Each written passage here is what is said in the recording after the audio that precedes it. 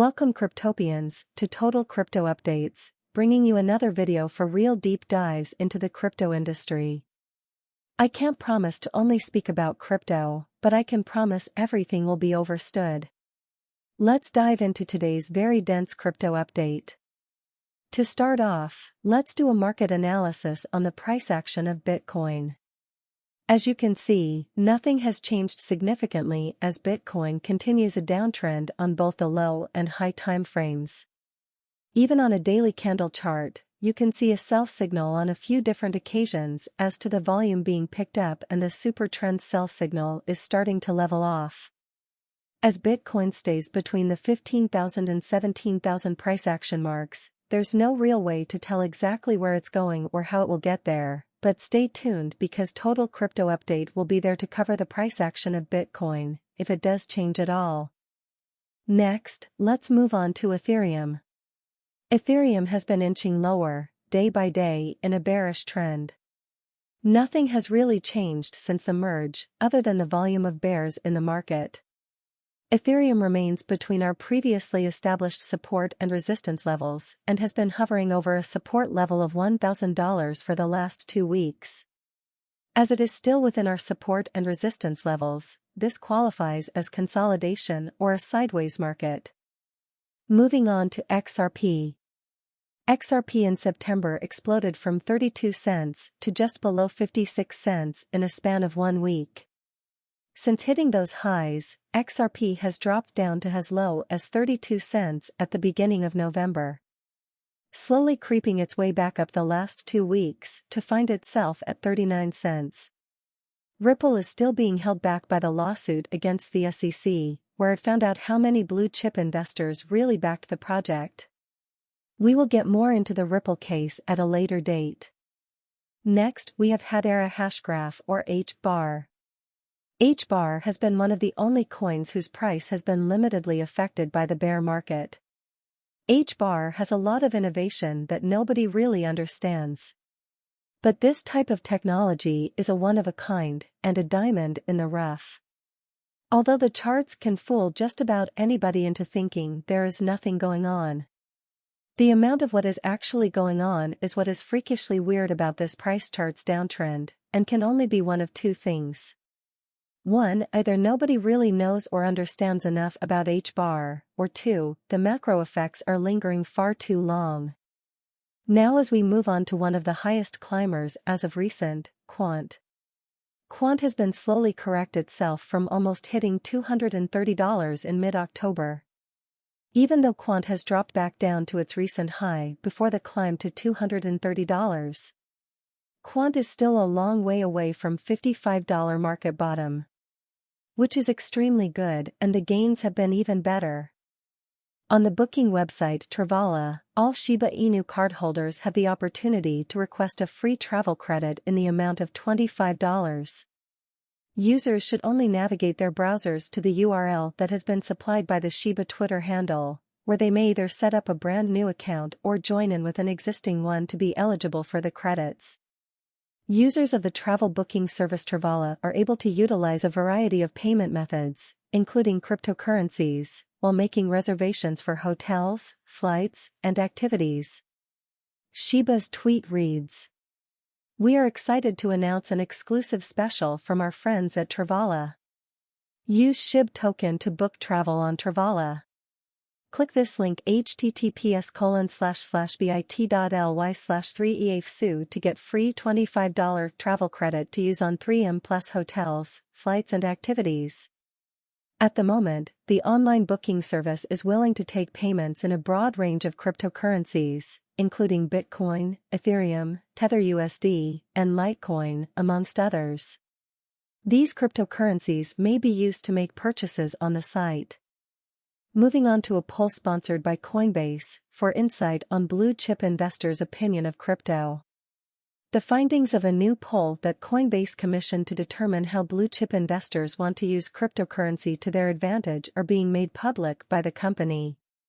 The survey questioned 140 institutional investors headquartered in the United States about their expectations for the digital asset market. Institutional Investor Custom Research Lab surveyed U.S. institution decision-makers on digital assets. 140 institutional investors totaling $2.6 trillion in assets participated in the poll. Institutional investors were the study's audience. Coinbase didn't source the responders, and they may not be clients. Institutional investors conducted the study September 21 to October 27.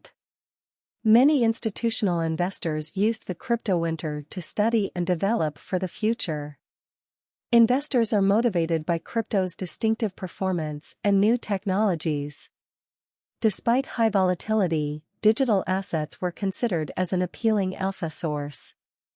Institutional investors rated regulatory compliance as a major criterion for choosing a crypto partner, and considered regulatory certainty as a growth stimulant. A link to the survey's results and full documents will be in the description. Moving on to Ardana, a major decentralized finance and stablecoin ecosystem that was being built on Cardano, ADA, unexpectedly suspended development on November 24. Since the 4th of July, Ardana has been holding an initial stake pool offering, also known as an ISPO, in order to support its activities. In contrast to typical methods of fundraising, the incentives for staking are given to the developers rather than the ADA that is assigned to them by the users. Receiving Dana tokens, which are intrinsic to the platform, as a reward for delegating provides users with an incentive to continue doing so. Ardana made the assertion that the majority of the work on the product and smart contract development has been completed. If we so desired, we could publish our items within a few weeks, but we choose to blame the delay on the liquidation troubles and danger to users' money that are affecting the Cardano network. Ardana's tweets read: Hello Ardana community. Unfortunately, due to recent developments with regards to funding and project timeline uncertainty, the Ardana project has had to come to a halt. Our code will remain open source for builders to continue our work going forward as they wish. The thread continues. Development on Cardano has been difficult with a lot of funding going into tooling, infrastructure, and security. This, alongside the uncertainty around development completion, has led to the best course of action being halting development of DUSD. Remaining funds and treasury balances etc. will be held by Ardana Labs until another competent dev team in the community comes forward to continue our work. We want to thank all of you for your support throughout our development. We will continue to be involved in the Cardano community. More updates surrounding the ongoing ISPO will be coming soon. Moving on to Russia's new exchange, so far receiving a green light. It has been claimed that the lower house of the Russian parliament, known as the State Duma, has begun working on a draft bill that might facilitate the establishment of a national crypto exchange. The platform requires authorization from both the nation's central bank and the Ministry of Finance before it can be used. In order to facilitate the creation of a national crypto exchange in Russia, the State Duma intends to make a number of changes to the current law titled on digital financial assets. These changes will be made in the coming weeks. The reports were true, according to Sergei Altahov, who is a member of the Committee on Economic Policy in the State Duma. Anatoly Aksakov made a statement in June indicating that Russia may launch a cryptocurrency platform based on the criteria established by the Moscow exchange. In order for the platform to become operational, it is necessary to have approval from both the Ministry of Finance and the Bank of Russia. All of this was discussed in an article that was published on a Russian website known as vedomosti.ru. The article will be in the description. Last but not least, an update on the new Ethereum merge for the Shanghai upgrade. Developers working for the Ethereum Foundation came up with a list of 8 Ethereum improvement proposals that they want to investigate for the Shanghai upgrade. The developers came to a consensus over which changes should be incorporated into the subsequent hard fork, which is scheduled for delivery in the latter part of 2023.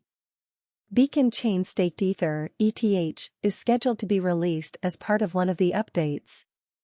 This will make it possible for the assets to be withdrawn after the upgrade has been implemented. Users who had staked Ethereum before the merge will have access to those tokens. ETH that was locked away and would only become accessible between 6 and 12 months following the merge. One of the ideas that was accepted is known as EIP 4844. This proposal focuses on utilizing proto-danksharding technology, and it would increase network throughput while simultaneously reducing transaction costs, which will be a big gain for scalability. Other EIPs, such as EIP 3540, EIP 3670, EIP 4200, EIP 4570, and EIP 5450, deal with the modernization of Ethereum virtual machines. Shandong, which went live on October 18 and gave developers the ability to work on implementations such as the Ethereum Virtual Machine (EVM) object format, was one of the most anticipated updates in the community. This is because it separates coding from data, which may be advantageous for on-chain validators. The EF JavaScript team tweeted on October 14 stating, "We are happy to announce the launch of an early pre-Shanghai testnet we are calling Shandong. https://shandong.fdevops.io. This is an experimental testnet run in cooperation with EF DevOps, which activates a set of selected Shanghai-considered EIPs for early client testing. 1. Thanks a lot for @VD for the inspiration for this initiative. @Parathosh_J for picking up the idea and all the help setting things up, and for the fabulous. @G11Tech for leading the effort from the JavaScript team side. 2. The testnet activates the first 5 EIPs from the list Marius posted. So this is EIP 3540, EVM Object Format, EOF, V1. EIP 3651, Warm Coinbase. EIP 3670, EOF, Code Validation. EIP 3855, Push Zero Instruction. EIP 3860, Limit and Meter Init Code. 3. We have an EL Block Explorer up and running, a faucet to fund your transaction experiments, as well as an open RPC endpoint if you do not want to run an own node. See testnet landing page for an entry point. https://shandong.fdevops.io. 4. One thing we are really proud of, this is a pure JS-based testnet, yeah. Running on a set of Lodestar/Ethereum JS client boot nodes. This is very much a primer. @Lodestar_F. @Daplian. @GadgePower.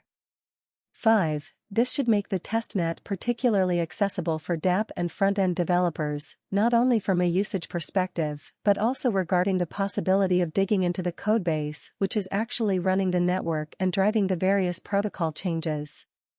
6. We are particularly excited since this is bringing the Ethereum JS EL client and partially Lodestar as well into new territory, being solely responsible for a testnet setup.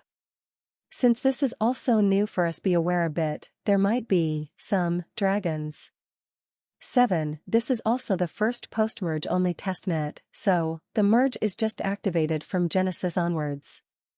This allowed @Parathosh_J and EF DevOps team for tooling and config optimizations for similar future merge-only testnets. 8. We very much hope this will get some traction and usage. We might repeat in the future if this will be a successful first run. This is just a very fitting usage scenario for our Ethereum JS client. 9. So, faucet has been fixed 30 minutes ago in some heroic last-minute action performed by Andrew from our team. And we can therefore confidently wish happy Shandong testing.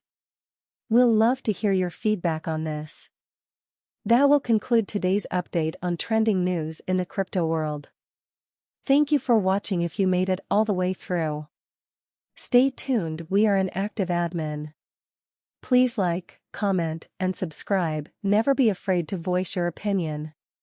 Tell us in the comments what you think, and give us some suggestions on what kind of content you'd like us to deep dive into.